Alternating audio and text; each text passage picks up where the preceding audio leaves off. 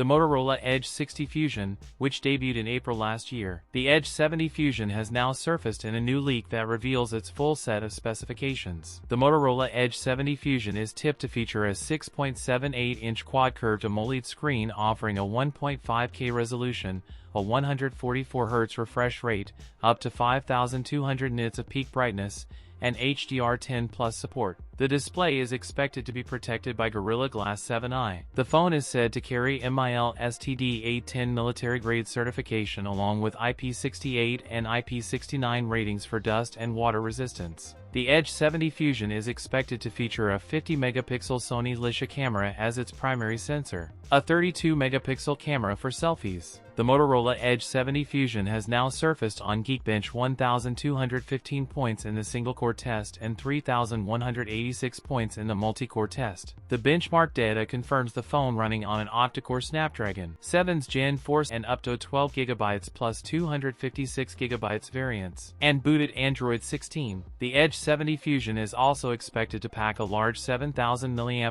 battery with support for 68W fast charging. That's it for today's video. If you enjoyed it, don't forget to like, comment, and subscribe for more content. Thanks for watching, and I'll see you in the next one.